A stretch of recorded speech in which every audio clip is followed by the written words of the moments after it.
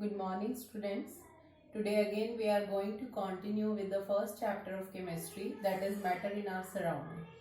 Today we are going to discuss the in-text question answers. Question number 1. Arrange the following in order of increasing density. Number 1. I have already arranged in the increasing order of density. Number 1 will be air, then exhaust from chimney, then cotton, then water, then honey, then chalk, and later is the iron. Second is comment on the following term. Number 1 is rigidity. Rigidity means tendency to maintain the shape when some outside force is applied, right? Due to small interparticle distance and strong interparticle force of attraction, solid they possess high rigidity. Second is compressibility. Compressibility means tendency to decrease volume when some outside force is applied. And as we know, gases, they have highest compressibility. We have done one activity related to compressibility earlier. Next is fluidity.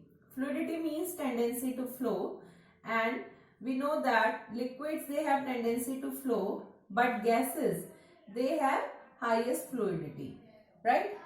Now next is kinetic energy.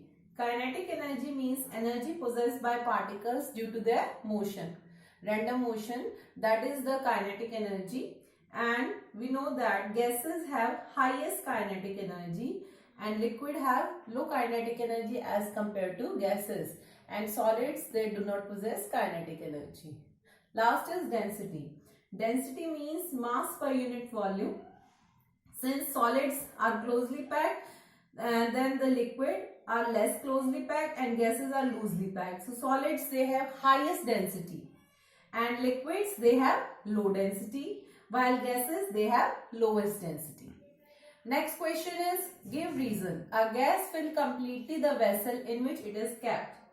Now the particle of gas are constantly moving in all direction with different speed. Therefore, they do not have fixed volume and hence completely fill the vessel in which they are kept. Second is a gas exert pressure on the wall of the container. We know that the particle of gas, they are moving constantly in all direction. They hit each other and also they collide with the wall of the container. As a result of these collision, the gas exerts some force on the wall of container and the force per unit area is called the pressure of the gas.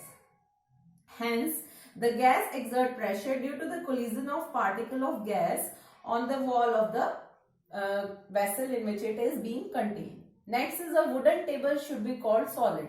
Why it is called solid? You know, because it has definite shape, distinct boundary. You can write anything, fixed volume, any characteristic of solid.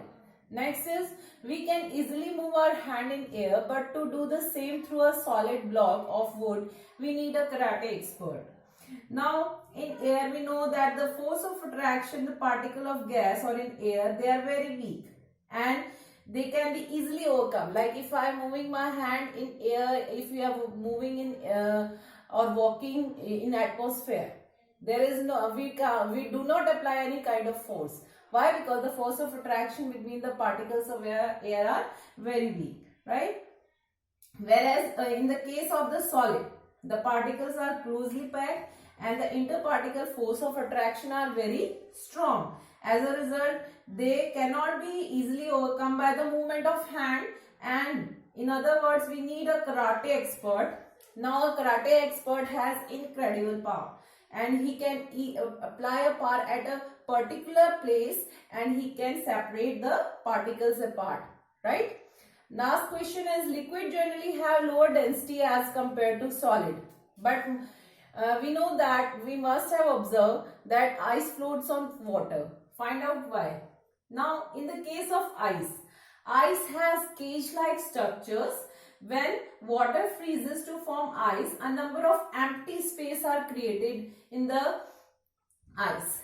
As a result, the volume it increases and for the same mass of water. So we know that mass per unit volume or the density of ice, it is lower than that of water. Hence, the ice, it starts floating on the surface of water. So these are the in-text question answer. Now we are going to discuss one more topic, that is scales of measuring the temperature. There are two scales for measuring the temperature. Number one is the degree Celsius and another is the Kelvin. Now we know that 0 degree Celsius is equal to how much Kelvin? 273.15 Kelvin. Or we can say 0 degree Celsius is equal to 273 Kelvin. Now, if you want to write Kelvin, Kelvin is equal to 273 plus degree Celsius. Few question answers are given in your in-text and back exercise. So, you do the related question related to these degree Celsius and Kelvin, and we will discuss in the next class.